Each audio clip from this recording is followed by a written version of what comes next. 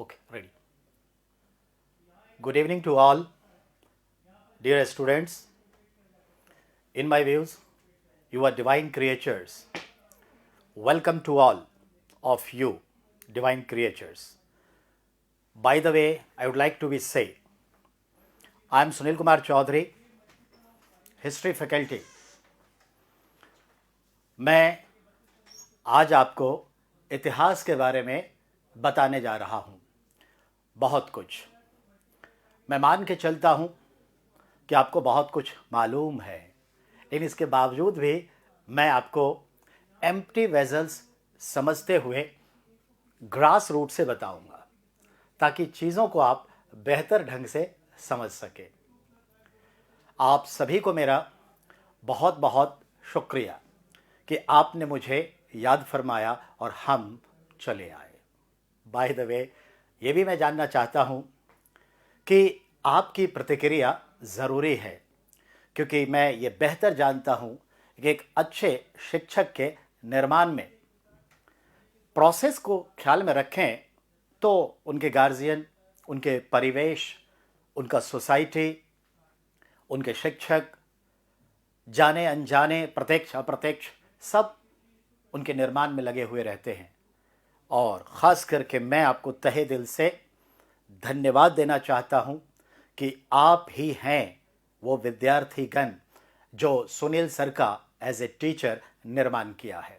Day by day हम आपको पढ़ाते हुए, जाने अनजाने, प्रत्यक्ष अप्रत्यक्ष, आपने मुझे चैलेंजेस देते रहे, सवाल करते रहे, चुनौतियां देते रहे और सुनील सर हिमालय की तरह निर्मित होते रहे। हाँ, मैं विनम्र भी उतना ही हूं जितना ईसा मसीह कहते हैं, एक बच्चे की तरह विनम्रता होनी चाहिए, इनोसेंट स्वभाव होना चाहिए। बाय द वे, मैं जो भी पढ़ाने जा रहा हूं बेटा आपको, बिल्कुल आपके जो भी रिएक्शन हैं आप भेजते रहिए, आपके जो क्वेरीज हैं भेजते रहिए।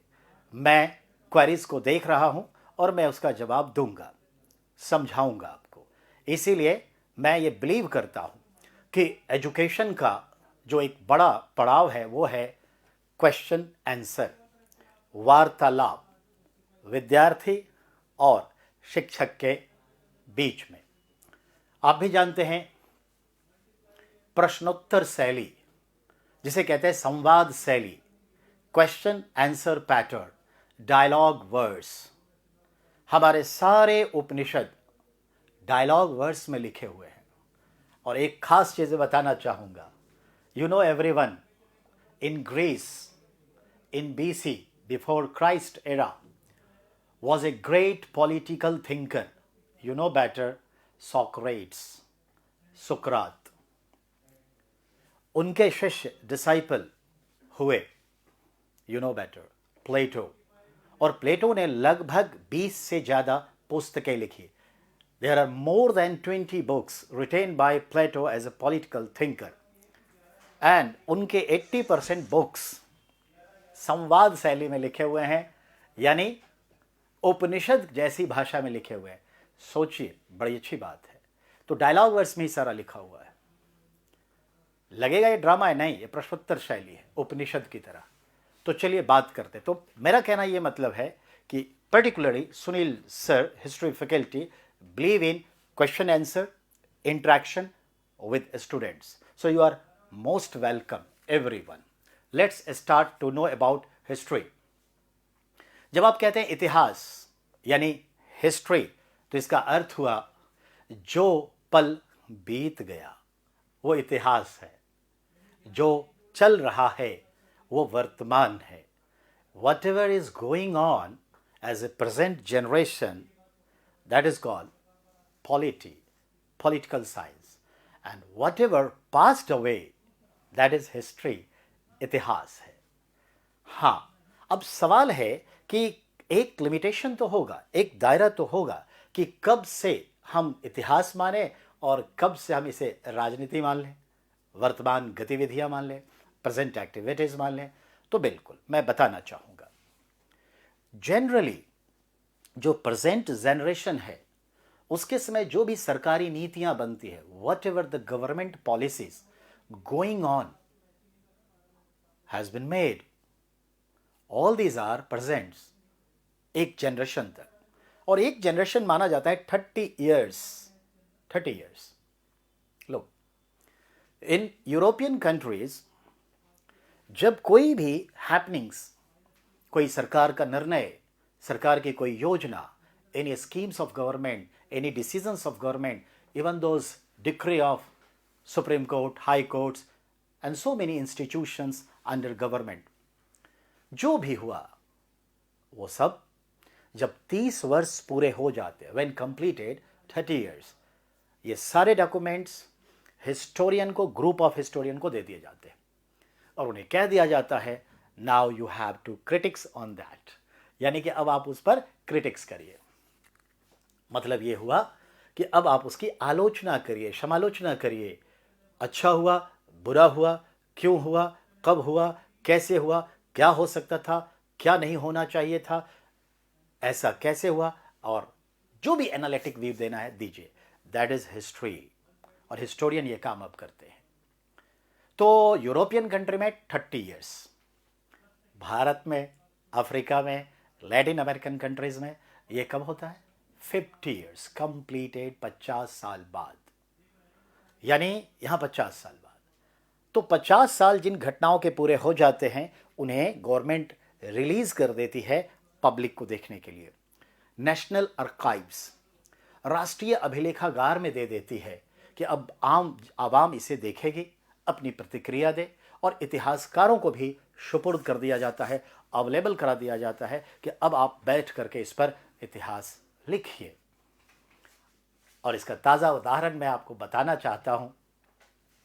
1964 तक के, यानी death of Pandit Jawaharlal Nehru, our first prime minister, 27 मई, ये सब आ चुका है इतिहास में। अब वो राजनीति नहीं है, क्योंकि वो जनरेशन नहीं है, इसलिए अब इतिहासकार फेवरिज्म करने की कोशिश जनरली नहीं करेंगे। ये मान के चलिए, जो सही है वो अपने ढंग से अपने अभिव्यक्त करेंगे, अपने विचार डालेंगे, ये चीज़ें तथ्य के दायरों में। तो इसीलिए बेटा आपके सुभाष चंद्र बोस के, हमारे नेताजी के इतिहास आज आपके सामने है, नेशनल आर्काइव्स में है। भारत सरकार, even those other states, specially West Bengal, सब ने ये रिलीज़ कर दिया है। और इसीलिए अब आज की तारीख में 2, 4, 5, 10 सालों से आप देख रहे बहुत सारी प्रतिक्रिया, रिएक्शंस आ रहे हैं। Patel versus Jawaharlal Nehru, Sardar Vallabh Bhai Patel versus Jawaharlal Nehru, even Netaji versus Gandhi ji, Netaji versus Jawaharlal Nehru, so many things. So this is the way we have to understand. Good evening to all everyone and namaskar everyone. Now listen carefully again. One thing more, ये तो आपने समझ लिया कि इतिहास का एक दायरा है 30 वर्ष से पुराना, भारतीय संदर्भ में 50 वर्ष से पुराना। जो चल रहा है वो आपका प्रेजेंटली है। लेकिन ये देखा गया है कि after second world war, as UNO founded, the scenario change. तो somewheres in the world, in which country like that European countries, after 1945 जो चल रहा है टिल 1990, 1990 तक के कालखंड को कहा जाता है कंटेम्पररी हिस्ट्री, सामसायिक इतिहास। ठीक है, जो लेटेस्ट है उसकी व्याख्या पूरी तौर से नहीं है, सारी आलोचना नहीं, बट क्या है, एक डाटा है। ये डाटा है, आप इसको पढ़िए, ज़्यादा क्रिटिक्स नहीं आएंगे उस पर, क्योंकि वो जनरेशन जिंदा भी है। इसीलिए बाय द वे अब हम देखें भारत के संदर्भ में भी वही है।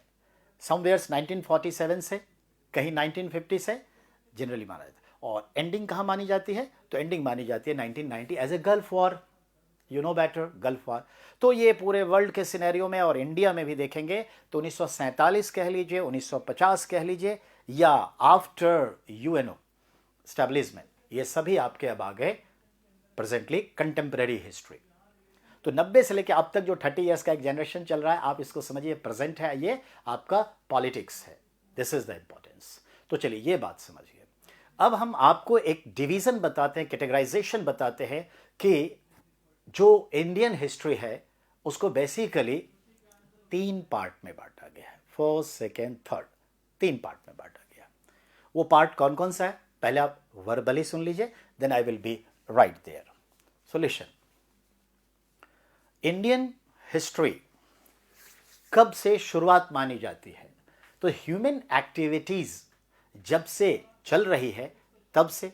हमने एक शब्द का ह्यूमन एक्टिविटीज, आखिर जो डार्विन का सिद्धांत है, थ्योरी ऑफ डार्विन, हम कब से ह्यूमन बीइंग के रूप में आ गए? हम चतुष्पदी थे, 4 लेग एनिमल थे, नहीं, मैमेलिया हैं, वर्टिब्रेटा हैं और 4 लेग्स थे, पर धीरे धीरे हमारे जो 4 लिम्स हैं उठ करके हाथ के रूप में बन गया, और जो बैक लिम्स हैं वो पैर आ गया, और हम जो हैं जो इस तरह से थे चतुष्पदी, वो धीरे धीरे धीरे धीरे धीरे धीरे धीरे धीरे धीरे धीरे इरेक्ट ह्यूमन बीइंग होंगे, इरेक्ट ह्यूमन बीइंग हो गए। यानी कहा जाता है ना कि होमो सेपियंस हम कब बने? अति नूतन मानव, ठीक है, तो ये बने नियर अबाउट 40,000 BC, ठीक है, ये चीज़ है मिडाइवल स्टोन एज के आसपास, ये चीज़ें हैं। By the way, through out generally 2.5 lakh BC माना जाता है, 2.5 लाख BC से ह्यूमन एक्टिविटीज को हम थोड़ा बहुत समझ पाए हैं। क्या समझ पाए? तो कुछ आर्टिफैक्ट्स मिले हैं, यू नो आर्टिफैक्ट्स यानी आर्कोलॉजिकल एविडेंस, यानी पुरातात्विक साक्ष्य मिले हैं ह्यूमन एक्टिविटी से, जिसको हम स्टोन एज के रूप में पढ़ेंगे। तो 2.5 लाख BC से लेकर के आज तक के संदर्भ में देखें तो पूरे इतिहास को जनरली 3 पार्ट में बांटा गया है। पार्ट 1 को समझिए। पार्ट 1 का मतलब है एंशिएंट इंडियन हिस्ट्री, प्राचीन भारत का इतिहास। प्राचीन भारत का इतिहास का संदर्भ यह हुआ कि थ्रू आउट टिल, अब टिल तो कहीं होगा, तो टिल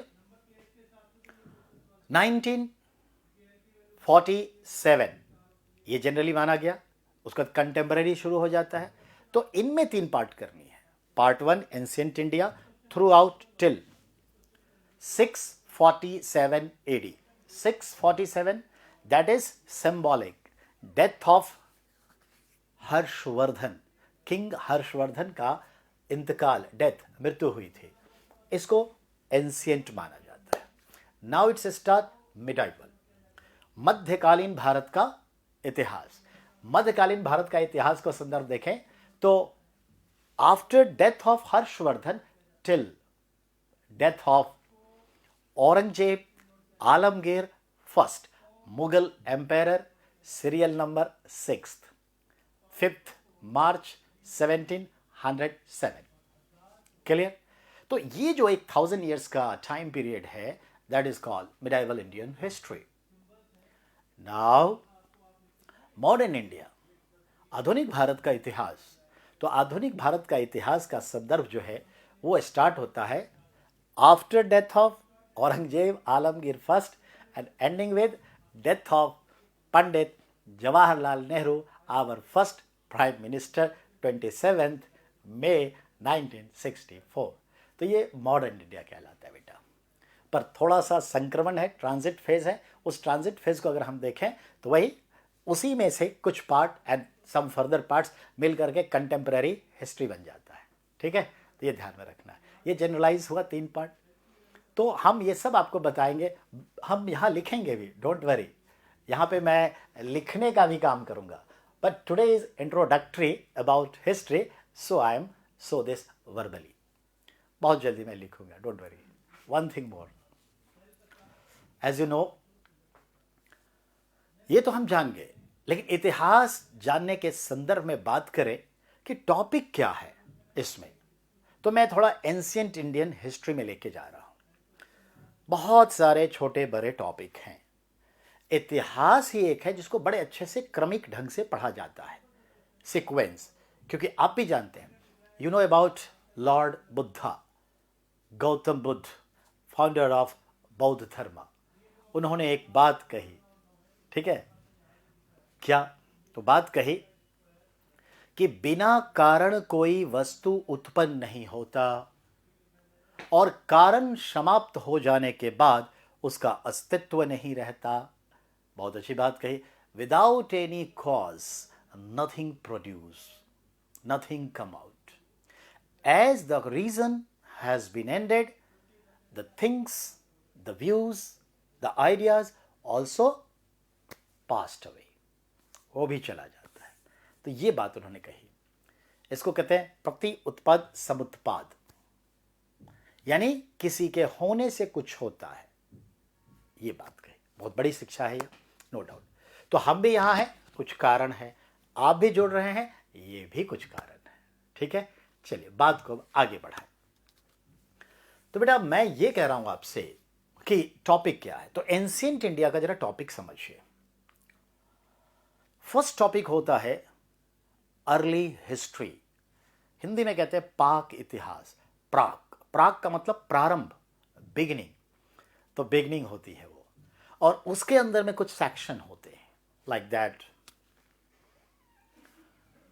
स्टोन एज, पाषाण काल। और स्टोन एज को भी हम कई पार्ट में बांटते हैं। Early stone age, medieval stone age, later stone age. And this later stone age further divided. That's called the later Stone Age, Neolithic era, Navapashan Kal. After Navapashan Kal, Neolithic era, now the next segment is called Copper Stone Age. Copper Stone Age का मतलब ताम्रपाषाण काल, जिसको Chalcolithic era भी कहते हैं। Chalcolithic era यानी चैल्कोलाइट, यानी आप भी जानते हैं cuprite, chalcolite, all these are ore of copper. तो कुछ कॉपर की चीजें मिली, और ये अभी तो हम जस्ट एक सिंपली वे में आपके कंटिन्यूटी को दिखा रहे हैं। ठीक है, ये सब बोर्ड पे उतरेंगे।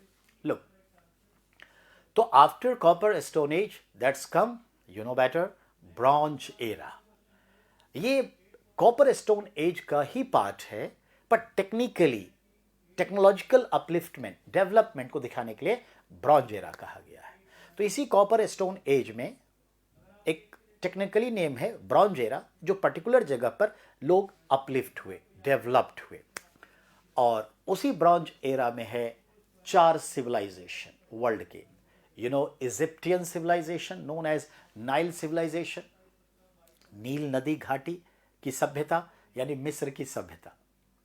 Second is called Mesopotamian civilization, Mesopotamian यानी इराक, यानी दजला फरात की सभ्यता, Euphrates Tigris civilization, you can say Assyrian civilization, you can say Babylonian civilization, you can say Iraq civilization, a lot of names. And then in India, you know better, Indus valley civilisation, Sindhu नदी घाटी सभ्यता। अब ये सिंधु नदी घाटी सभ्यता को ही पहले हड़प्पा सभ्यता कहते थे, because of first site excavated, you know, 1921, 1922 Mohenjodaro known as Mohenjodaro, और फाइनली 1924 में टाइम्स ऑफ इंडिया में पहली बार ऑफिशियली पब्लिश्ड हुआ कि भारत में एक महान सभ्यता का पता चला है। और हमारा इतिहास जो वैदिक काल के चौखट पे खड़ा था, अब वो 1000 years और बैक चला गया।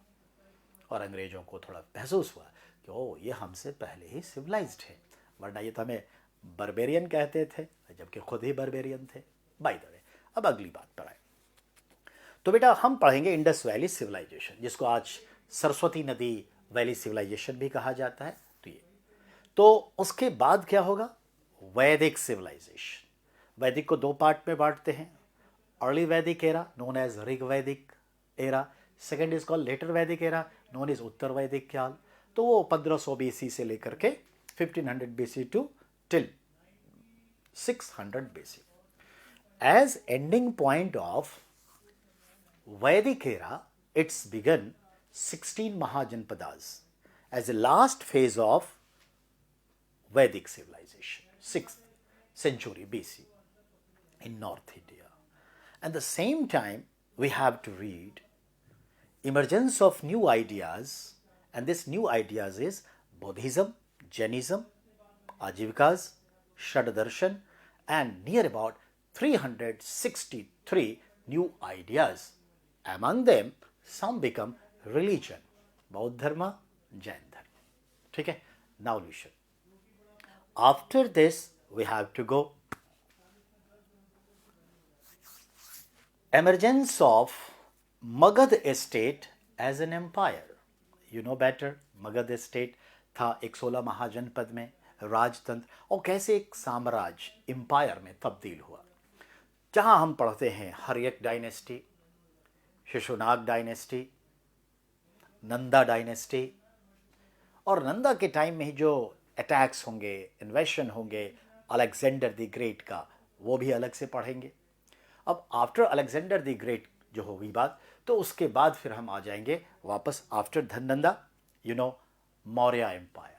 तो मौर्य एम्पायर आएगा। After Maurya empire what we have to understand, after Maurya Shunga, then Kanva, after Kanva India's history divided in 3 territorial parts. In North India, Kushan dynasty. Deccan India, Satavahan dynasty, known also Satavahan Empire. And far South India, Sangam era, Sangam काल, ये पढ़ेंगे। And then in AD, जब AD में आएंगे तो क्या पढ़ेंगे? We know that AD में आने के बाद हम बात करेंगे Gupta empire. After Gupta, you know better, Vardhan dynasty, known as Pushyabhuti dynasty. As death of Harshavardhan in 647, it will end it. तो ये आपका है एंशिएंट इंडिया। ऐसे मिडाइवल है, just for in shortly just listen because I have to do on the work, board work, तो ध्यान देना है। फर्स्ट ऑफ ऑल, मिडाइवल में जो स्टार्ट होता है तो जनरली हम क्या कहते हैं, early medieval era, also known dark age, but not for Indian subcontinent. It was considered in European history dark age, अंधकार का युग. ठीक है, 700 BC to 1200 BC. But India it was not dark age, it is very bright, but call the feudalism. फिर पढ़ते हैं Rajput era, 7th century AD से 12th century AD, Rajput era. Rajput era पढ़ने के बाद हम उसी टाइम में पढ़ेंगे the era of temples, Bharat में मंदिरों का युग. ये 8th century से आगे 12th century तक चलेगा. और इसी बीच में फिर हम देखते हैं साउथ इंडिया में Chalukyas, Cholas, Pallavas and so manies. Well, so in South India, especially Chola Empire, Vijayanagar Empire, Hoysala's Empire, Kaktiya Empire, Kaktiya, and Yadav Vans of Devagiri. In Western Chalukyas, okay, these are. Now, it's time to be Turkish Muslim attacks on India. Turkish Muslim attacks, and I mean, you know better. This is the topic made by Sunil sir. Turkish Muslim attacks, that's called starts. We have to attacks on Sindh, Mahmud Ghaznavi, Gauri, and so on. And then will be come a solid topic that's called the Delhi Sultanate. 24 जून 1206 से लेकर 26 अप्रैल कब, sorry 21 अप्रैल 1526. तो ये आपका एक point बनेगा, that is called Delhi सल्तनत, जिसमें 5 डायनेस्टीज रूल करेंगे. 5 dynasties. The first dynasty is called the Mamluk dynasties, known as slave dynasties, then Khilji dynasties, then Tughlaq dynasties, then Sayyid dynasty, and lastly Lodi dynasty. And then entry of Mughal Zahiruddin Babur. तो मुगल पढ़ेंगे 1526, will start, will end it 1857. There were 17 Mughal empire. ये 17 Mughal empire को पढ़ेंगे 2 part में. एक तो medieval India का part होगा, एक मॉडर्न इंडिया का पार्ट होगा. Medieval Indian part is considered with the 6 empire called the early Mughal, and the second will be 11 Mughal emperor called the later Mughal in modern India. Just listen the name of all these. Listen. You have to be counted. Okay. Babur, I mean Zahiruddin Babur, Nasruddin Humayun, Akbar, Jahangir. Okay.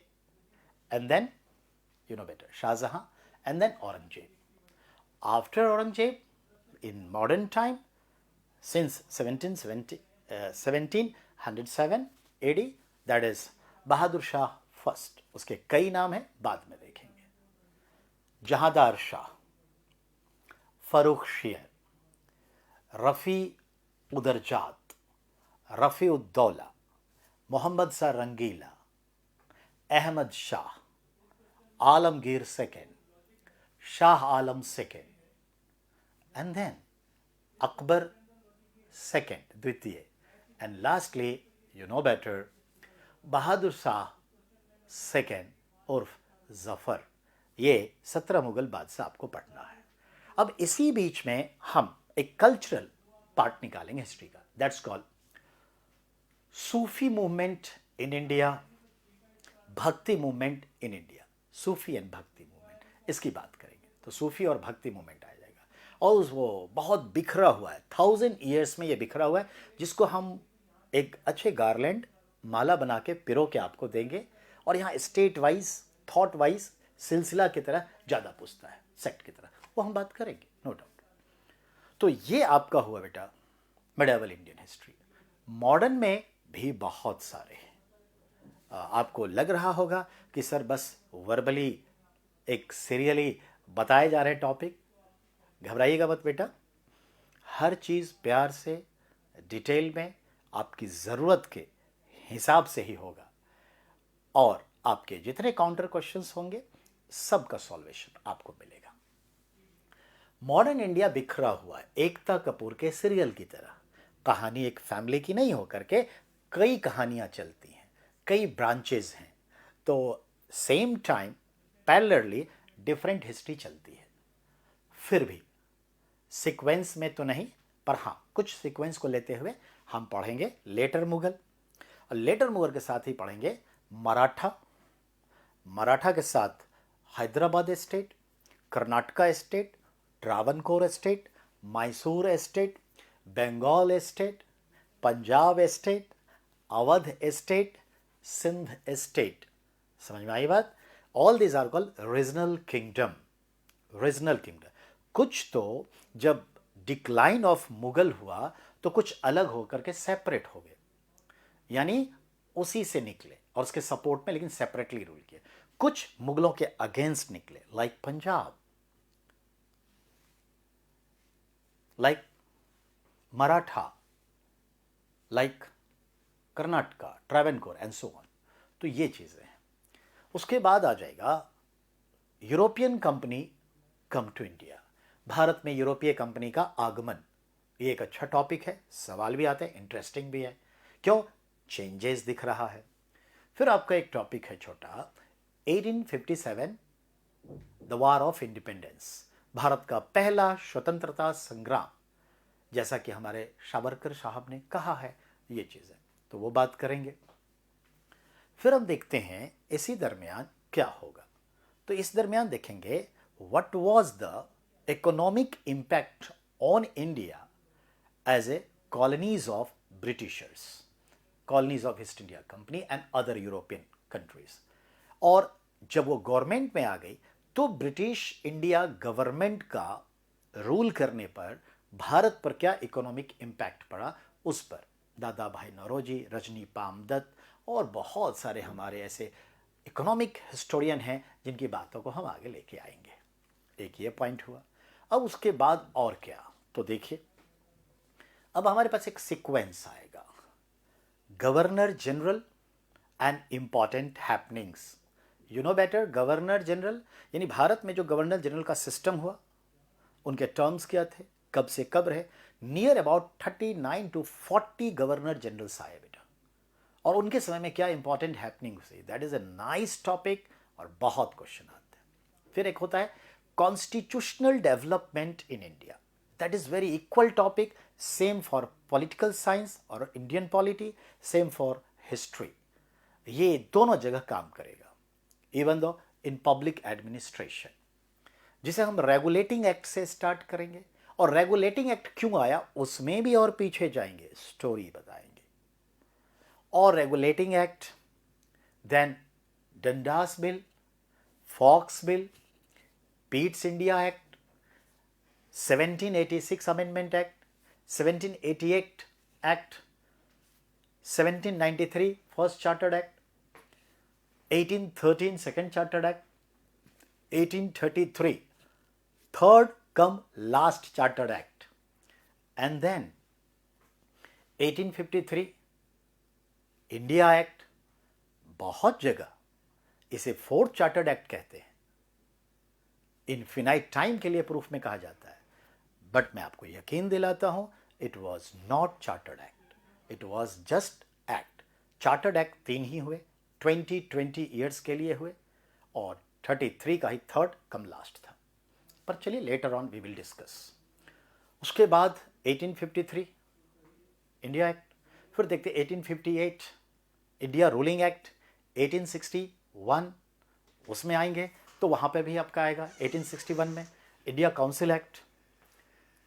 फिर उसके बाद 1892 India provincial council act, then 1909 known India council act, also known Morley Minto reforms committee reforms act, बहुत सारी चीज़ें, बहुत सारे नाम हैं।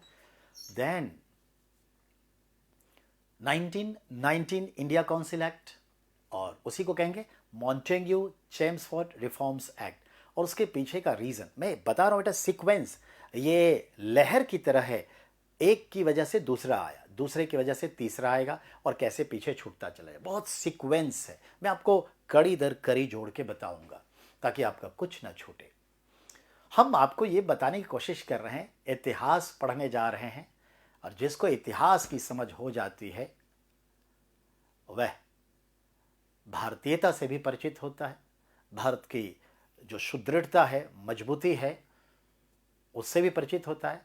और हमारी कुछ कमियां रहीं जिसकी वजह से हम कभी कभी बिखर जाते हैं, टूट जाते हैं, एग्रेसिव हो जाते हैं, उसके पीछे का भी रीज़न समझ में आएगा। तो हमें पॉजिटिव सोचना है, ग्रेटनेस ऑफ इंडिया सोचनी है। वेल, अब इसके बाद एक टॉपिक आपका आया, इसको हम नाम देंगे भारत में रिनांसा, यानी इंडियन रिनांसा, भारतीय पुनर्जागरण। वही राजा राम मोहन राय से लेकर के आगे की कड़ी तक हम देखेंगे। फिर इसी के साथ देखेंगे अलग अलग in India history of media, newspaper in India, agrarian movement, Bharat में कृषक आंदोलन, in India tribal movement, Bharat में आदिवासियों का आंदोलन। कुछ लोग ऐसा मानते हैं, कहते हैं कि हम थे ही ऐसे और उन्होंने यूं ही भारत को जीत लिया देखते देखते। नहीं बेटा, यूं ही नहीं जीता। जब जब वो अंग्रेज कंपनी जहां जहां पहुंची, हम हर जगह रिएक्ट किए, जितनी शक्ति थी हम उससे लड़े, संघर्ष किए, विरोध किए, ठीक है, प्रोटेस्ट किए। हम अभी नहीं, हम 1717 से प्रोटेस्ट कर रहे हैं उसके खिलाफ, और 1946 तक किए, तेभागा आंदोलन, तेलंगाना आंदोलन, बहुत किए प्रोटेस्ट, नो डाउट। तो ये चीज़ें, और मैं आपको बता दूं वो भी बहुत प्लान से चल रहे थे। जो थर्ड चार्टर्ड एक्ट है ना 1833, उसमें क्लियर कट मैसेज आया था लंदन से। ये एक तो आपने ये जाना कि उसमें एक ये था कि भारत में पूर्णतः मुक्त व्यापार का आरंभ हुआ, fully free trade began in India. मतलब ये हुआ कि ईस्ट इंडिया कंपनी को कहा गया you have to right to trade and commerce in India with India, but you have no monopoly right of any things, any type of business, even India and even with China. So that is fully free trade. Now it means that anybody, any company of British can business with India, a person or a company. But East India Company also can be. ये मतलब है।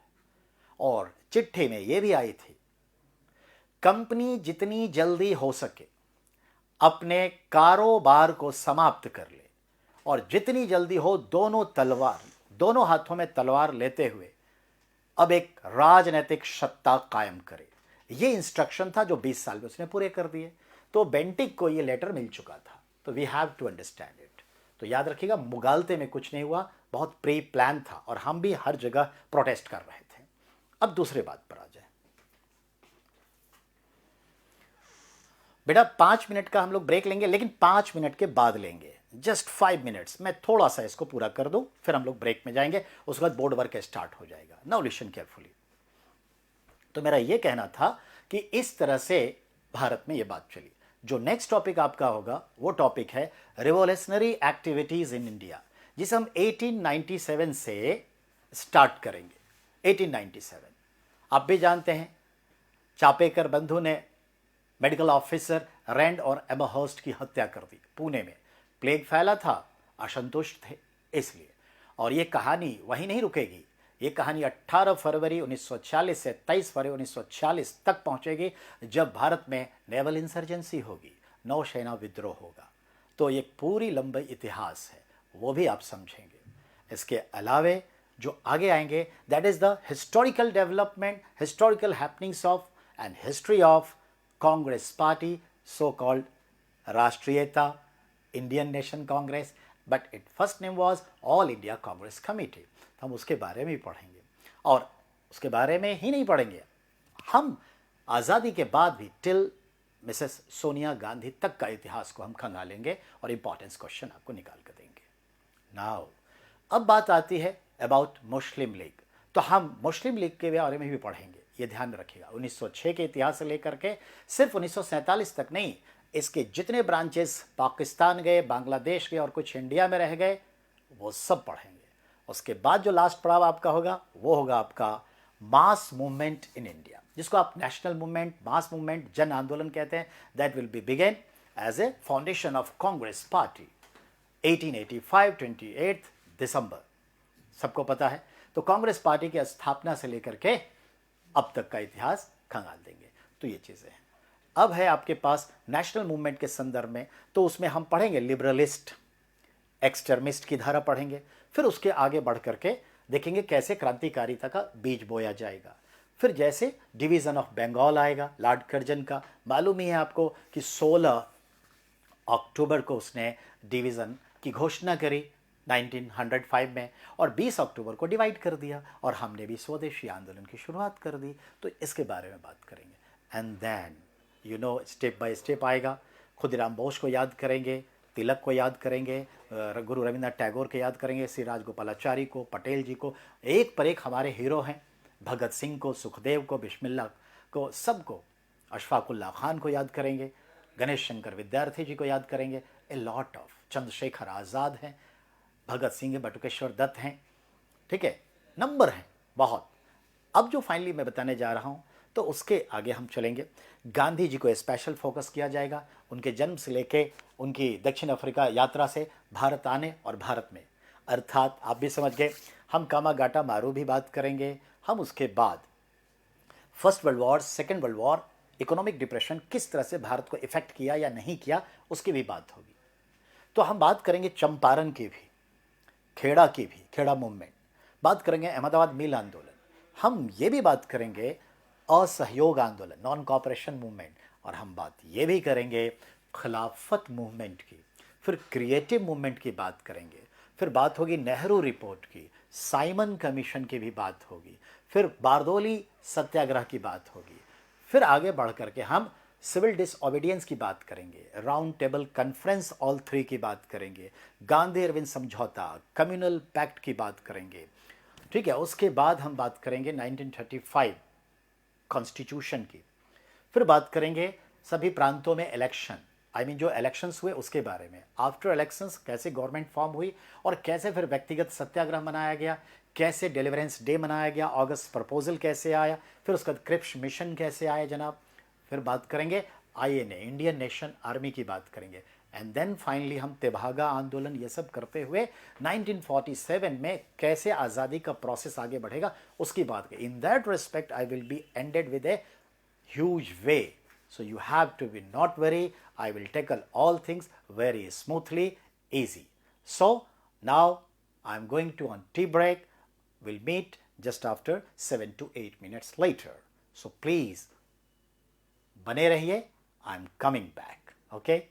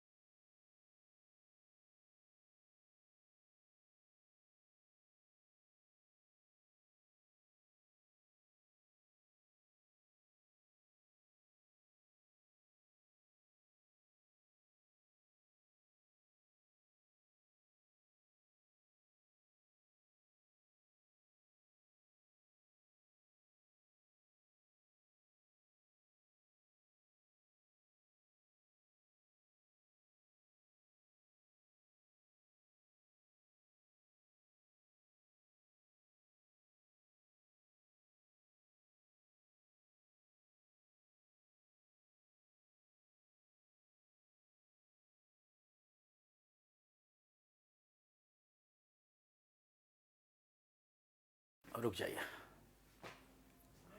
Okay,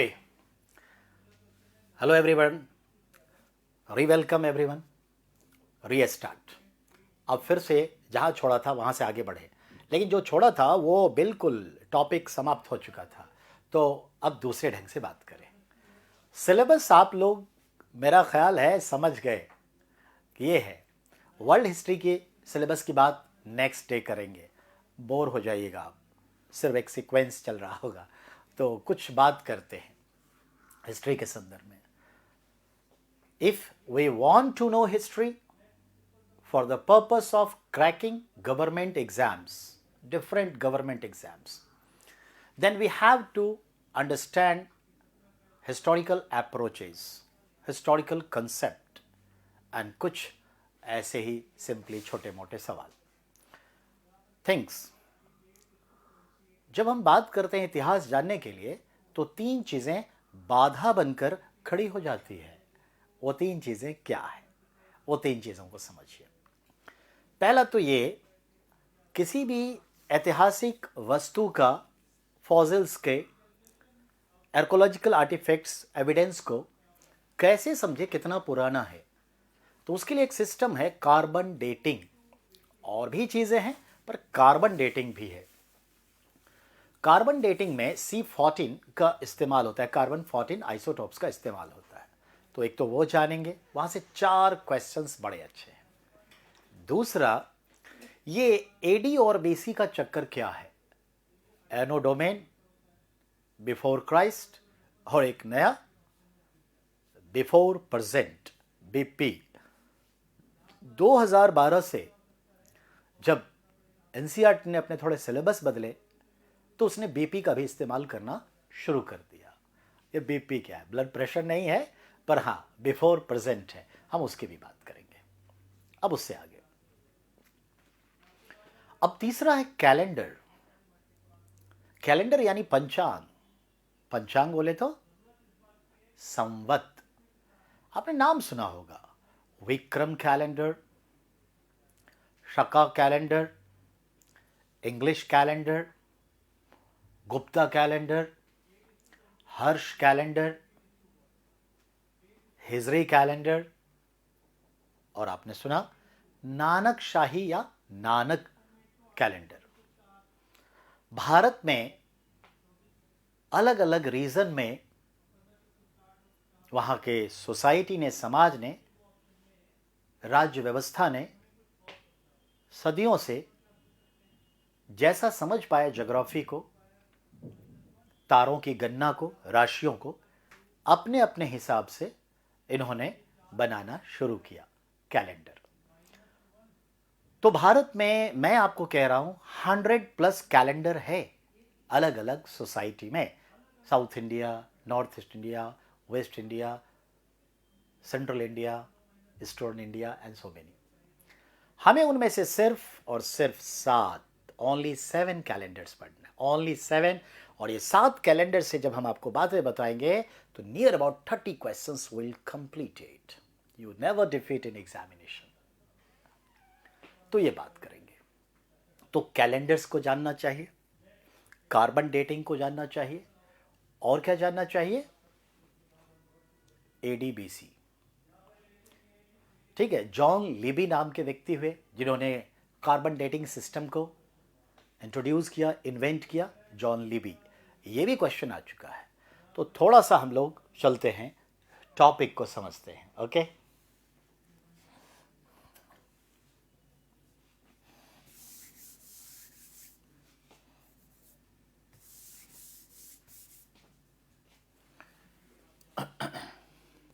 first of all Indian history की बात करें बेटा.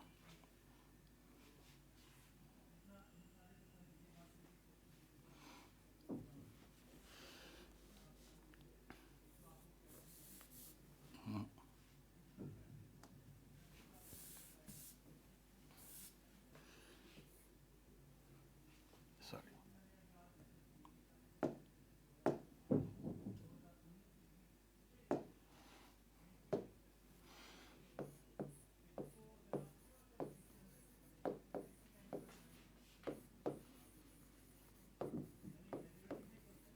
Indian history की बात करते हैं। इंडियन हिस्ट्री को फर्स्टली हम 3 पार्ट में बांटते हैं, लेकिन उस पर अभी नहीं जाना। वैसे भी आपको मालूम है who is considered father of history, तो बोलते हैं हेरोडोटस। जो आपको मालूम है, sorry for that, no ideas. Herodotus considered father of Indian history, तो हमें वो मालूम है, वो छोटी छोटी बातें चलते रहे। पहले हम थोड़ा सा कैलेंडर समझा दें, कार्बन डेटिंग समझा दें, ये 2 चीज़ें, और एडीबीसी का कॉन्सेप्ट समझा दें, ये 3 चीज़ें। तो इसके ख्याल से सबसे पहले चलना चाहिए carbon dating. First of all,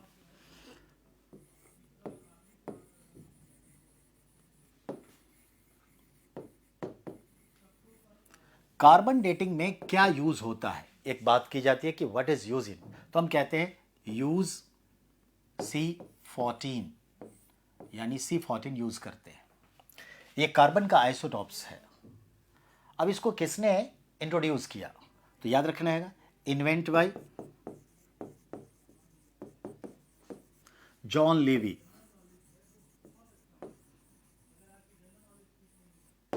John Levy ने इसे इंट्रोड्यूस किया था। अब हम देखें, जॉन लेवी ने किया, ठीक है, कोई बड़ी चीज नहीं है, लेकिन कार्बन डेटिंग में क्या होता है सिस्टम? आपसे पूछता है what is the half life of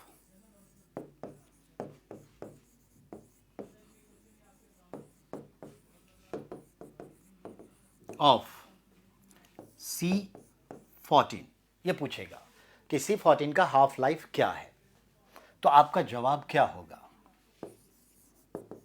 it is 5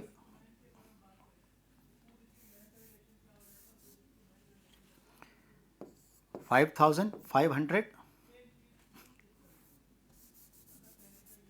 5,568 years. 5,568 वर्ष होता है हाफ लाइफ। ये हाफ लाइफ का चक्कर क्या है, इसको समझना है। तो हाफ लाइफ का चक्कर समझाते हैं हम आपको।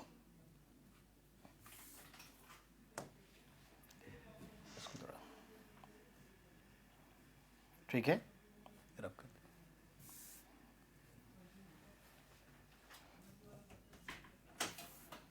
हाफ लाइफ, हाफ लाइफ क्या होता है इसको देखिए।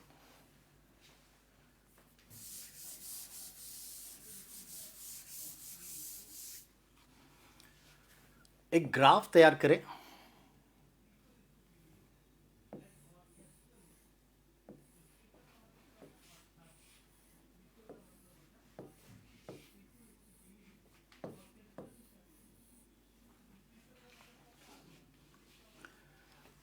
It suppose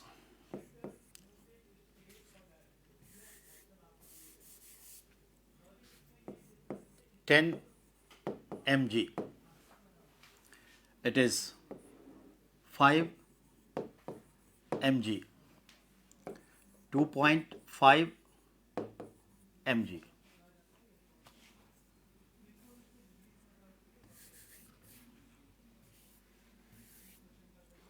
2.5 mg,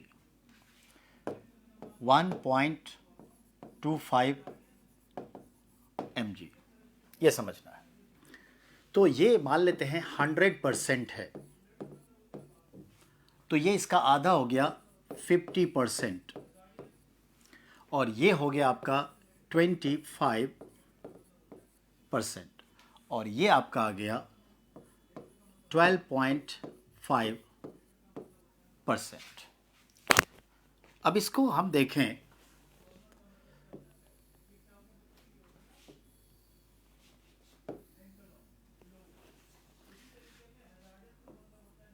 five five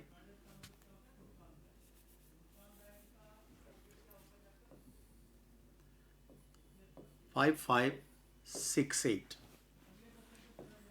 5568 5568। अब ये एक फिगर है जिसे हमें समझना है, इस फिगर पे क्वेश्चंस आएंगे। अब फिगर को समझिए। लोग, ये साइंटिस्ट को मालूम है जितने लिविंग क्रिएचर्स हैं, पशु पक्षी इंसान जानवर, सभी में कार्बन होते हैं, और कार्बन के कई आइसोटोप्स भी होते हैं, समरूप भी होते हैं, अपर भी होते हैं। तो इंसानी शरीर हो या जानवर का, किसी में नंबर्स ऑफ कार्बन होते हैं, वैराइटीज ऑफ कार्बन। ऐसे ही एक कार्बन होता है C14। C14 कार्बन होता है। C14 का मतलब यह हुआ कि कार्बन का 14 ये है। अब होता है कि जब भी कोई जानवर, पशु, पक्षी, इंसान डेथ कर जाए और उसके बॉडी कार्केस, फॉसिल्स जलाए नहीं गए हैं, पड़े हुए हैं, और अगर हम देखें तो हमारे बोन में, खासकर बैक बोन में, मेरुदंड में जो बोन मैरो है वहां पर खास करके कार्बन होते हैं C14।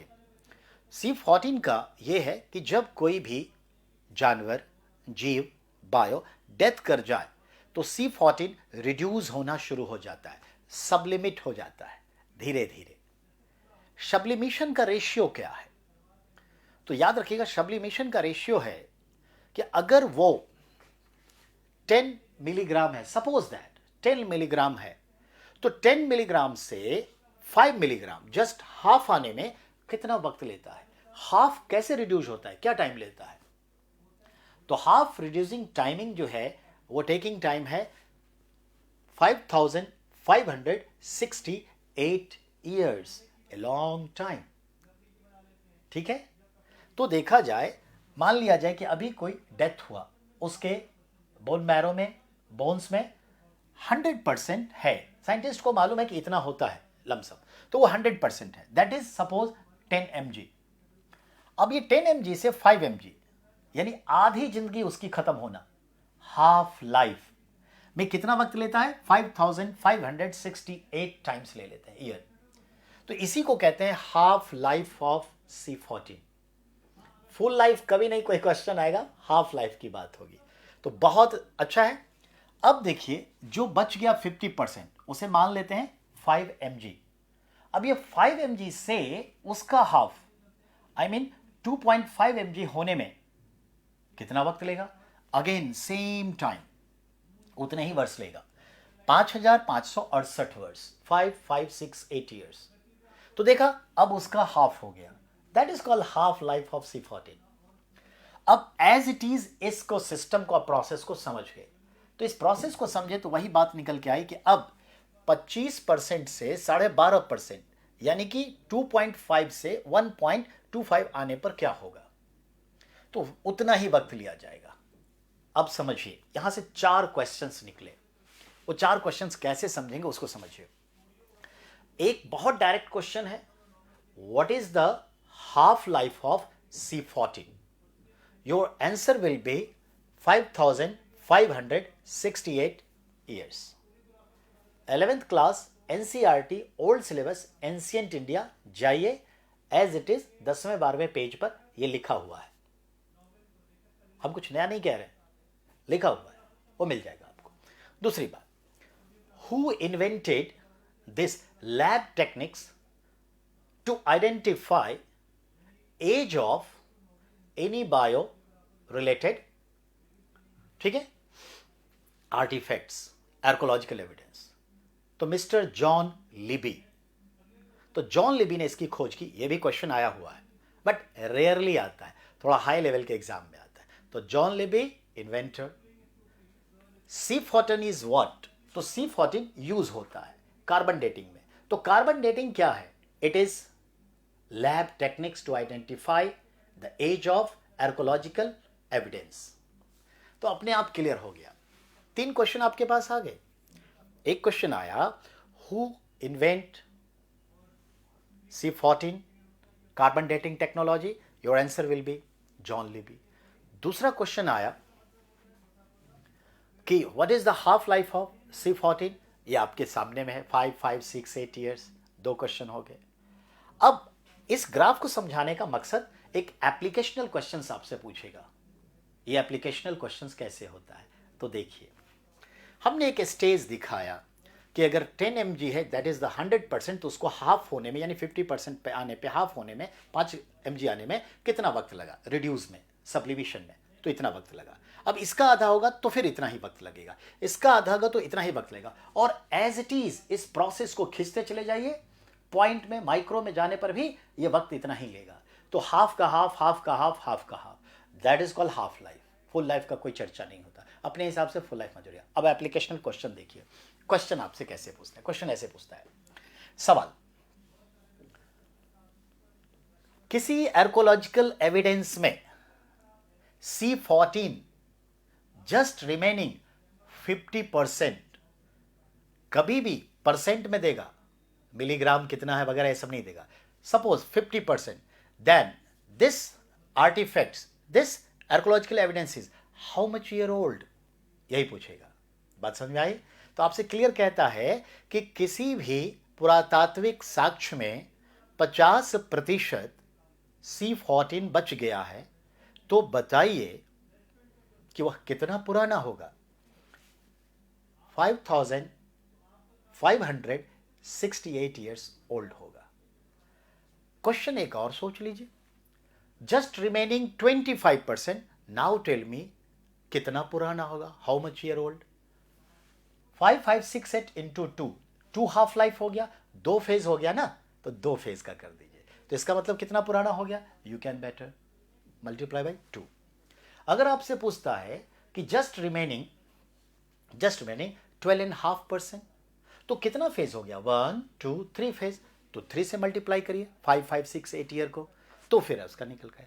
तो ये चीज़ है। अब आपका एक टेक्निकल पहलू हुआ जो रेयरली आपसे पूछता है, फिर भी अगर आपका बोर्ड एग्जामिनेशन लेने वाला बोर्ड डाल, तो यू हैव टू गो पात, मुहावरा है, ठीक है। तो सुनिए, सपोज आपसे ये कहता है कि किसी आर्कोलॉजिकल एविडेंस में अब जो है C14 इन दोनों के बीच का लीजिए 75% बच गया है, just 75% remains C14, then that archaeological evidence will be how much year old? Your answer will be just half, half का भी हाफ है, तो ये हाफ है, इसका हाफ करिए, तो इसका हाफ करके आपने कहते 27 ईयर्स ओल्ड, 2700 ईयर्स ओल्ड, तो 2700 समथिंग ईयर्स ओल्ड हो जाएगा।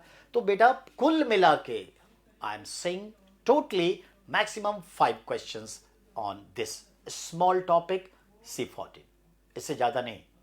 अब समझिए, मैं रिपीट करूं एक बार और। Question number 1, who invent carbon dating lab techniques? Your answer will be John Libby. Second, what is the life of C14? 5568 years. तीसरा question, to identify age of any archaeological evidence the use of carbon dating C14। ये questions आ गए, और एक एप्लीकेशनल questions हैं, यही तो questions होते हैं, प्लस एक और उस चीज को समझिए, तो वो बताने जा रहा हूं, ठीक है, वो लास्ट है। तो ये छोटा सा टॉपिक फिनिश्ड, ठीक है। तो उस छोटे से टॉपिक को समझिए, C14 के बारे में आप जान गए, जो भी समझाना था, क्वेश्चन आना था, ये आ जाएगा, इससे ज़्यादा इस पर कोई क्वेश्चन नहीं आना है। अब बात करें हम, जो अगला है वो है आपका AD-BC, एनो डोमेन और बिफोर क्राइस्ट और प्रेजेंट बिफोर, जो कहते हैं, तो बिफोर प्रेजेंट, ये 3 चीज़ों पर देखें। तो सबसे पहले एक कैलेंडर्स का इस्तेमाल कर लेते हैं, तो कैलेंडर की बात करते हैं बेटा पहले।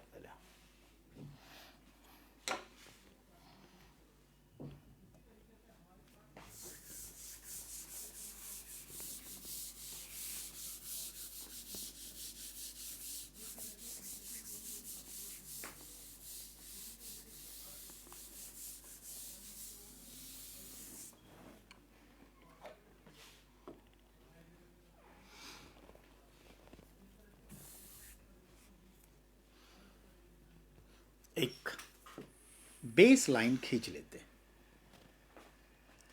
और बेस लाइन में ये देखते हैं,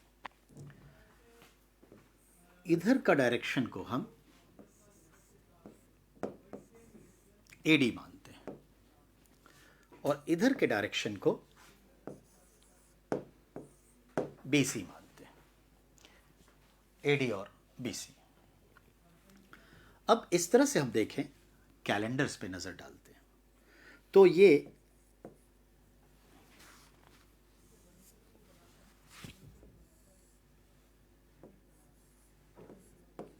57 BC मान लेते हैं, BC का है। यहाँ पे हम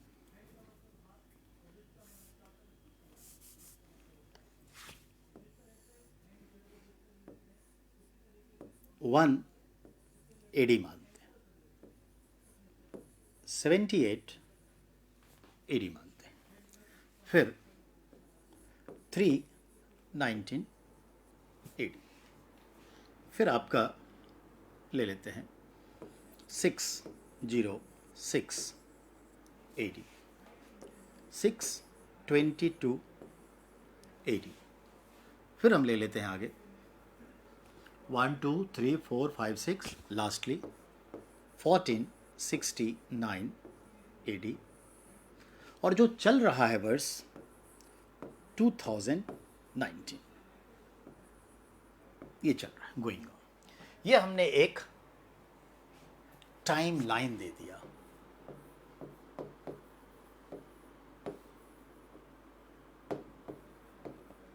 टाइम लाइन,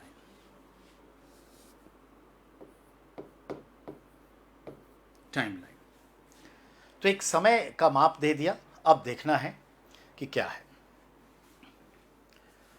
हम नामकरण बाद में करेंगे, पर आपको यह समझना है 57 BC, 1 AD, 78 AD, 319 AD, 606 AD, 622 AD, 1469 AD, and which year is going on? 2019 AD. This is the 57 BC is beginning of Vikram calendar. No doubt. Somewhere is written 58 BC. It is secondary, not primary. If you go in examination hall and the question put up when Vikram calendar starts, there were 4 options. Option A, suppose that 57 BC. Option B, 58 BC. You have to go with 57. If not remain 57, 58 पे टिक लगा दीजिए, second priority, first नहीं। 1 AD तो Vikram calendar की शुरुआत है। 1 AD आप भी जानते हैं किसकी शुरुआत है? Christian calendar, English calendar, which is commonly going on. 78 Shaka calendar, 319 Gupta calendar. And as you know that यहां भी है इतिहास में controversy. Somewhere some historians saying it is 320 AD, but you have to not consider, you have to go with priority of 319 AD, और अगर 319 का option ना हो then you have to go 320। 606 Harsh calendar, Harshvardhan ने शुरुआत की। 622 beginning of Hijri calendar, and 1469 it is considered the beginning of Nanak shahi calendar, and this is going on। सो ये कौन सा कैलेंडर? टाइम लाइन है। ये कौन सा टाइम लाइन है? तो ये टाइम लाइन है आपका इंग्लिश कैलेंडर का।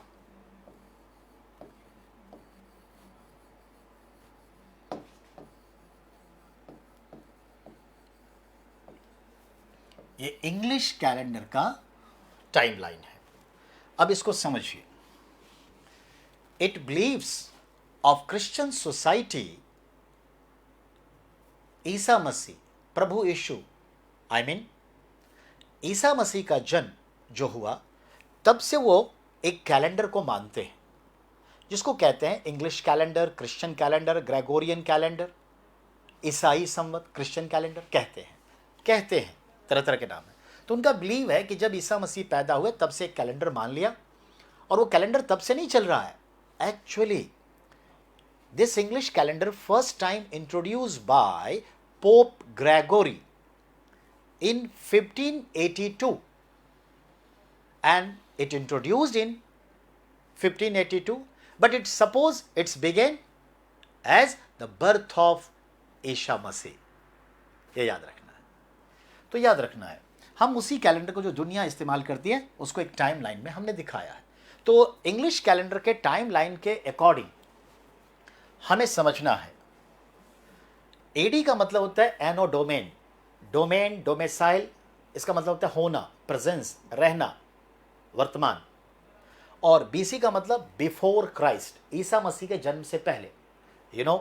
ईसा मसीह जब जन्म लिए उससे माना गया है 1 एडी की शुरुआत, और ईसा मसीह के जन्म से लेकर उनकी आयु 32 वर्ष। ही lived his age life 32 years and would like to be say Isa Masih 32 साल का जीवन जी लिए। आदि शंकराचार्य 30 years ऑल्सो लाइव, वो भी 32 साल ही जीवन जिए। अलेक्जेंडर द ग्रेट 32 years, वो भी passed away. And one thing more, our mathematician, world famous mathematician Srinivasan Ramanujam, वो भी 32 years ही जिए। यानी 4 ऐसे कैरेक्टर हैं 32 years के, Srinivasan Ramanujam, Adi Shankaracharya, Alexander the great and प्रभु ईसा मसीह, सब 32 साल वाले थे। चलिए खैर, तो ध्यान रखना है, ईसा मसीह के जन्म से जो कैलेंडर की शुरुआत मानी जाती है उसे आप क्रिश्चियन कैलेंडर कहते हैं, और क्रिश्चियन कैलेंडर का ये टाइम लाइन मैंने दिखाया है। और ईसा मसीह के जन्म के बाद का जो समय है that is called the AD, anno domain, उनके होने से। आफ्टर डेथ कभी नहीं सोचना है, वरना 32 साल कहाँ रखेंगे आप, 32 years कहाँ जाएगा। तो याद रखना, आफ्टर डेथ नहीं, एनो डोमेन। बीसी बिफोर क्राइस्ट, ये भी आपका क्लियर है। अब आगे आइए, एक और अच्छी बात बता दूं, the Holi book the Bible, it has 2 part, old testament, new testament.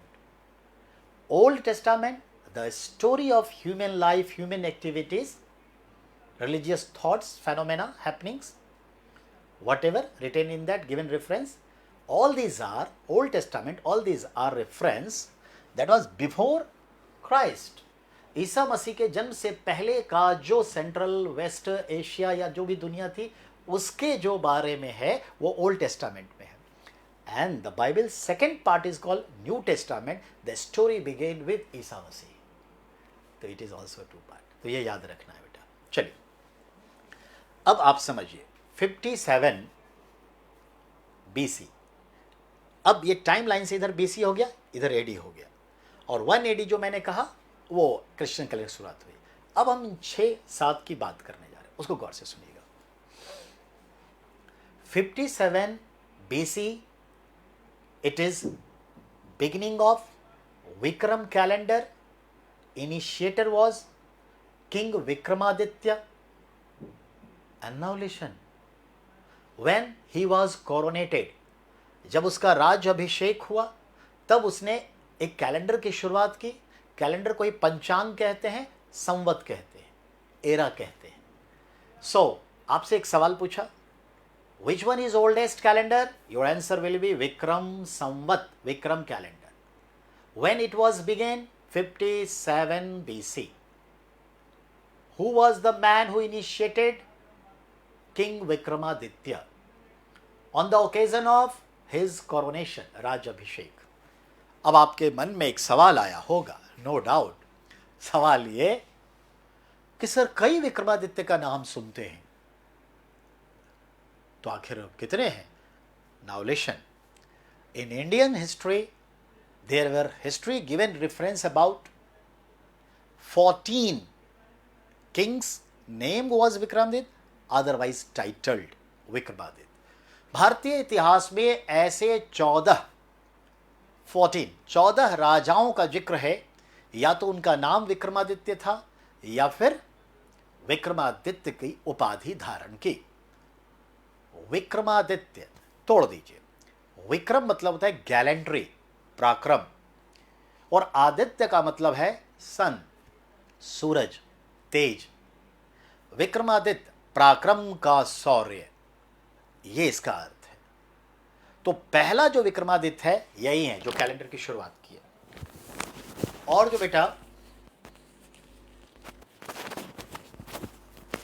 Just some disturbance but don't worry, जो आखिरी विक्रमादित्य है वो है, आप भी जानते हैं, जो हेमू कहलाता है, Hemchandra Bhargava from Patna, salt trader at Rewari Haryana, and one day become the senapati chieftain of Adil सासूर and come to retaliate Humayun in Delhi during, you know better, 1555-56, that is known Second Battle of Panipat, and capture a part of Delhi and betray his boss King Adil Shah and separately founded their own kingship and titled himself Vikramaditya, Vikramjit, ये title लिया।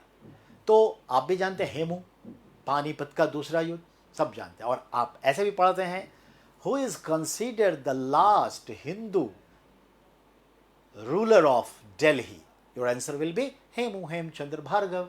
ये बात है, तो वो मैं कहना चाह रहा हूं, तो इसको समझिए। कितने हुए? 14 विक्रमादित्य। पहला जनाबिये जो कैलेंडर इशू किए है, आखिरी जो पानीपत का दूसरा युद्ध लड़ा और बैरम खान के हाथों बीहेडेड, कत्ल, गला उतार दिया गया। तो बीहेडेड मतलब बी मतलब अलग करना, हेड अलग कर दिया। तो ये याद रखना है। एक को क्या माना गया? तो इंग्लिश कैलेंडर की शुरुआत किसने की? You know better. Gregory was a pope, he initiated in 1582. Third, 78 AD, क्योंकि ये AD है, AD. You know everyone, there was a king Kanishka. Dynasty was Kushan. He ruled start near about 72 AD, but formally coronated in 78 AD. and initiated a calendar, Shaka calendar. क्यों कहा शका जबकि ये नाम है कनिष्का या कुषाण डायनेस्टी? तो शका इसलिए कि ये माना जाता है कि कुषाण कैलेंडर ही होगा, पर शक क्षत्रप राजाओं ने इस कैलेंडर का सबसे ज़्यादा इस्तेमाल किया, तो शका समय के साथ फेमस हो गया। तो ये चीज़ है, तो शका कैलेंडर। Point clear? अब बात करते हैं आगे, समझना है। अब आ जाते हैं हम इस मुकाम पर कि 78 में कनिष्क ने अपने कोरोनेशन पे, राजाभिषेक पे एक कैलेंडर की शुरुआत की, known as Shaka calendar. Okay, now 319 as we know, that is the coronation of Gupta empire king Chandragupta Pratham. Chandragupta प्रथम, ये चीज है। लेकिन कहीं कहीं कहा जाता है कि यह 320 में आए तो 320 हो जाता है, लेकिन प्रायोरिटी जाएगा 319 का।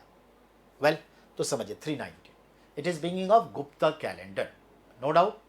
Again 606 it is the time of something disturbance, वो कहीं टूट के निकल गया।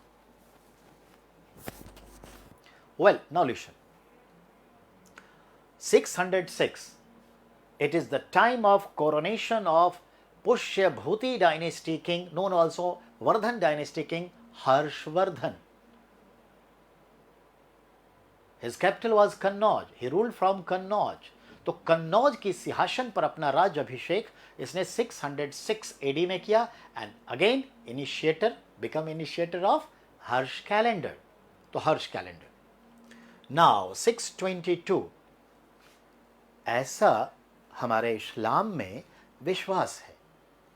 मोहम्मद साहब मक्का शहर में रहते थे, यू नो मक्का, और इनकी जो फिलॉसफी थी, in the beginning phase the people of Mecca dislike it, नहीं पसंद करते थे।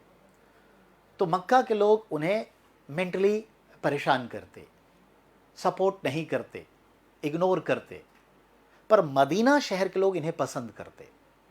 तो मदीना के लोगों ने उनका वेलकम किया, you have to come at Medina. तो कहते हैं कि उन्होंने मक्का छोड़कर मदीना की यात्रा की शुरुआत की। ऐसा माना जाता है, it's suppose that when prophet Mohammed Sahab left Mecca to Medina, that was Friday, जुम्मे का दिन था, इन 622 AD, 622 AD. This happening is suppose the beginning of Hijri calendar. तो हिजरी कैलेंडर किसने शुरुआत की?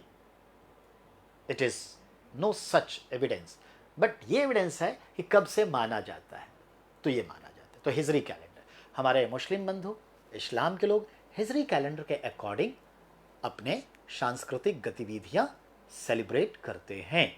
सो this is the way. Clear? Hijri calendar. Now listen, 1469, as you know that अभी अभी 12 नवंबर आने वाला है, 12th ऑफ नवंबर. तो 12th of November, that is the birth of Guru Nanak Dev, the founder of Sikhism, Sikh धर्म.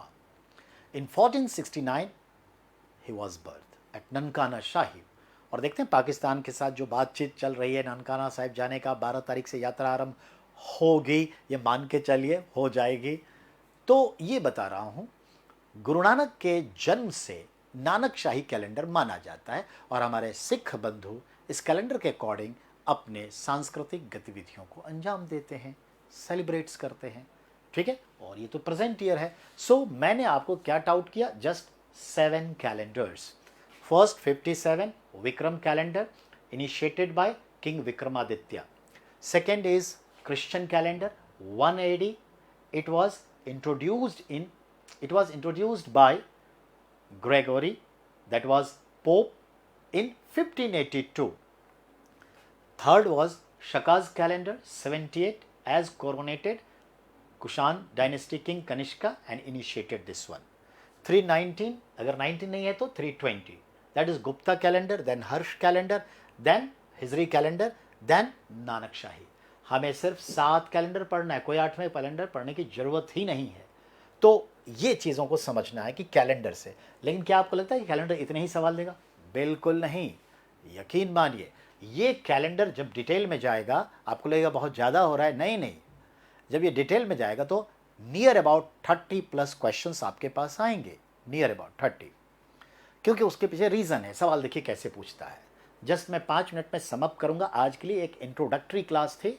जो नेक्स्ट क्लास होगा वो आपका सीक्वेंस में होगा. हम आपको सिलेबस एक वर्बली बता दिए हैं, बट सिलेबस हम लिख देंगे, उसके अकॉर्डिंग चलेगा. आपके कोई भी डाउट्स हो, इंक्वायरीज हो, you can easily ask to me. I believe in interaction between students and teacher. Don't worry. Listen, 2 minutes just. In next class, we will discuss on especially Vikram calendar. And Vikram calendar is considered Hindu calendar. And Vikram calendar में कितने month होते हैं? ये solar calendar है या lunar calendar है, उस पर बात होगी. तो हम सोलर कैलेंडर, लूनर कैलेंडर की बात करेंगे. How many days in year and divided in how many months? What is the first month? What is the last month? And especially in Vikram calendar, which month is very important? कुछ cultural geographical questions यहाँ fit बैठते हैं. Like that, Deepawali कब मनाई जाती है? होली कब मनाई जाती है? नवरात्रा क्या होता है? रक्षाबंधन कब सेलिब्रेट होता है? These are some questions. Teej कब मनाई जाती है? यकीन मानिए, आप बिहार का एग्ज़ाम दें, यूपी के स्टेट का एग्ज़ाम दें, हरियाणा का एग्ज़ाम दें, कल्चरल जोन का कहीं का एग्ज़ाम दें, this is the very simple question always ask. Same Shaka's calendar की बात करेंगे. फिर हम गुप्ता नथिंग, ये एक इंफॉर्मेशन है, हर्ष इंफॉर्मेशन है. हिजरी की बात करेंगे. हिजरी कैलेंडर कब इनिशिएट हुआ समझ गए. और हिजरी कैलेंडर में भी 12 महीने हैं. ये लूनर कैलेंडर है. 356 से 59 के बीच में इसमें टोटल डेज होते हैं एक साल में. और फिर वो डिवाइडेड इन 12 मंथ. और 12 मंथ डिवाइड होने के बाद उसका डेज कितना होता है? 28 डेज के आसपास होता है. और पहला जैसे क्या कहलाता है आप भी जानते हैं. First month is considered of Hijri calendar, it is called Muharram. 9वां महीना पूछता है which one is considered the 9th month? That is Ramzan, जिसमें हम इस्लाम बंधु लोग रोज़ा रखते हैं, उपवास रखते हैं. और समटाइम्स विल बी आस्क कि आखिरी महीना 12वां क्या होता है? ज़िलहिज़्ज़ा.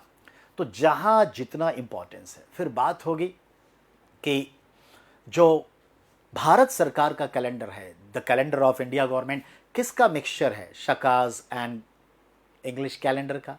भारत सरकार ने इसे कब अडॉप्ट किया ये पूछेगा आपसे. तो आप क्या बताइएगा? 22 मार्च, यही ना बताइएगा. 1957. कब इसे इंट्रोड्यूस किया, एक्टिवेट किया? 1 अप्रैल 1957. तो ये सब चीज़ें हैं. क्वेश्चन सारे बाकी हैं. अभी तो आज मैंने आपसे वर्बली बात करी है. because introductory class, but soonly I will be go with the all explanation on the board. So आज के लिए इतना ही. आप पढ़िए इसे, समझिए, कोई भी क्वेरीज हो रेडी रखिए, पूछिएगा अगले से. Okay, good night everyone. Well